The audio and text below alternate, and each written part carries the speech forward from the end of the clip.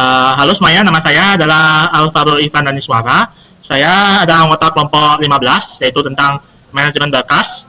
Jadi, hari ini saya akan membahas tentang manajemen berkas pada Linux. Pertama-tama, latar belakang Linux. Linux pertama kali dikembangkan oleh Linus Torvalds pada tahun 1991 sebagai kernel open source yang terinspirasi dari Unix. Sejak dirilis di bawah lisensi GNU General Public License atau GPL, Linux berkembang menjadi sistem operasi global dengan berbagai distribusi yaitu Ubuntu, Debian, Fedora, dan lain-lain, dan digunakan luas di server, superkomputer, hingga perangkat mobile. Distribusi pertama, distro seperti Slackware, Debian, dan Red Hat mulai muncul masing-masing dengan fokus berbeda. Slackware untuk penggunaan berpengalaman, Debian untuk stabilitas, dan Red Hat untuk perusahaan. Karakteristik utama Linux adalah hierarki directory, yaitu semua file dan folder di Linux tersusun dalam struktur pohon dengan root sebagai induknya. Setelah itu, ada inode. Setiap file memiliki inode yang menyimpan mendata, ukuran, izin, kasih blok data, dan waktu modifikasi. Ketiga, ada command line tools. Kita seperti ls, cp, mv, rm, chmod, dan shell adalah inti dari manajemen berkas di Linux. Setelah itu ada permission dan ownership, yaitu Linux menerapkan sistem izin yaitu read, write, execute untuk 3 kategori, user, group, and others.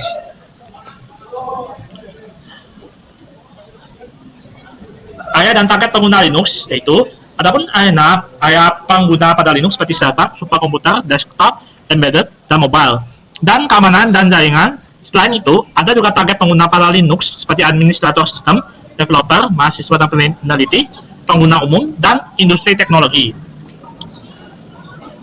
Konsep dasar Linux adalah manajemen berkas.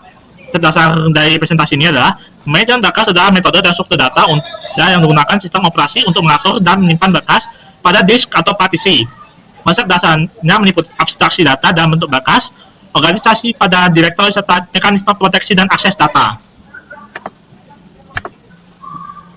Halo semuanya, perkenalkan nama saya Mesak Abramas Murpuntunuwu dengan NPM 240713099. Saya akan melanjutkan penjelasan dari teman saya Ivan tadi terkait manajemen proses di Linux.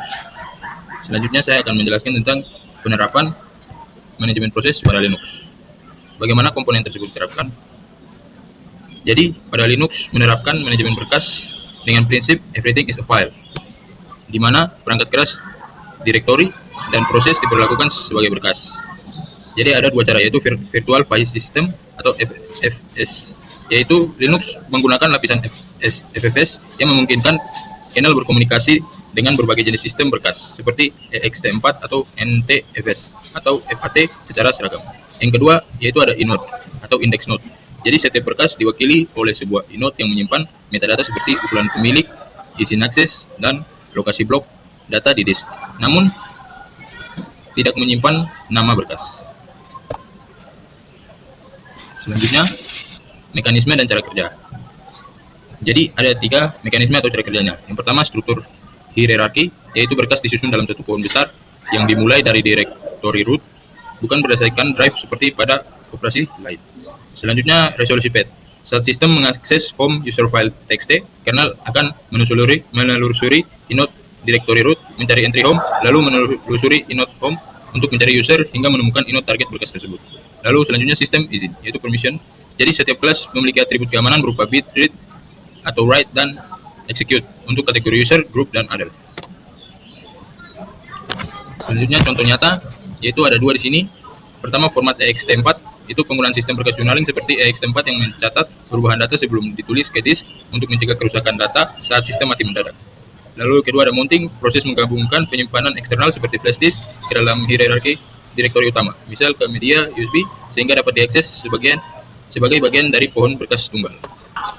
Selanjutnya, kelebihannya. Yang pertama yaitu keamanan yang ketat. Jadi, sistem mematikan pengguna tidak dapat memodifikasi berkas sistem atau milik pengguna lain tanpa izin.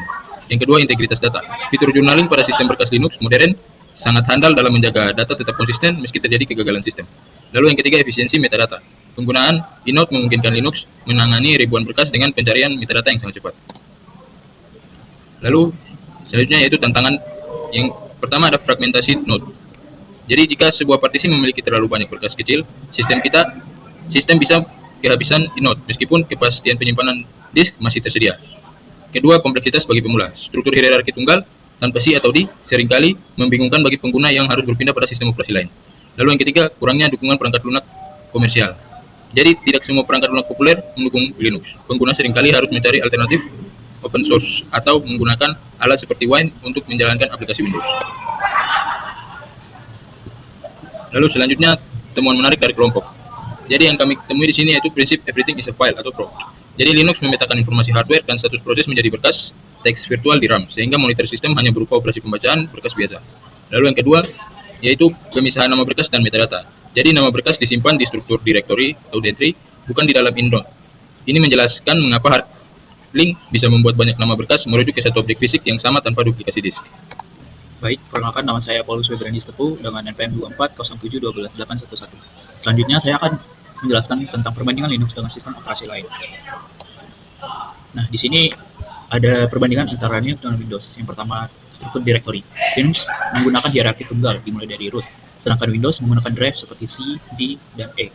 Kemudian ada perbandingan lain seperti sistem file dan keamanan file, di mana Linux memiliki sistem file ext4, btrfs, dan xfs, sedangkan Windows memiliki sistem file ntfs, fat32, dan exfat. Nah, untuk keamanan sendiri, Linux menggunakan permission dan ownership yang ketat, sedangkan Windows menggunakan user account dan ACF.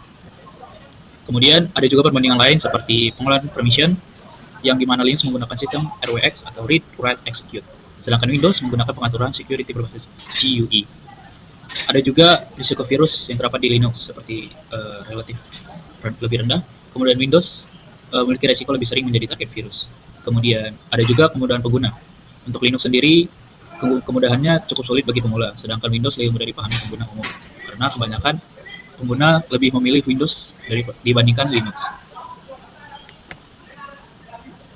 Nah, kemudian kita masuk ke rangkuman dan poin utama. Manajemen berkas pada Linux diimplementasikan secara terstruktur dan efisien melalui arsitektur berlayer. Dan Virtual File System atau VFS bertindak sebagai interface atau abstraksi teratas yang menyatukan berbagai tipe file system seperti ext4 atau NTFS ke dalam satu pohon hierarki tunggal yang berakar pada directory root. Di layar bawah, setiap objek berkas dipresentasikan secara unik oleh inode yang menyimpan seluruh metadata dan pointer blok data fisik.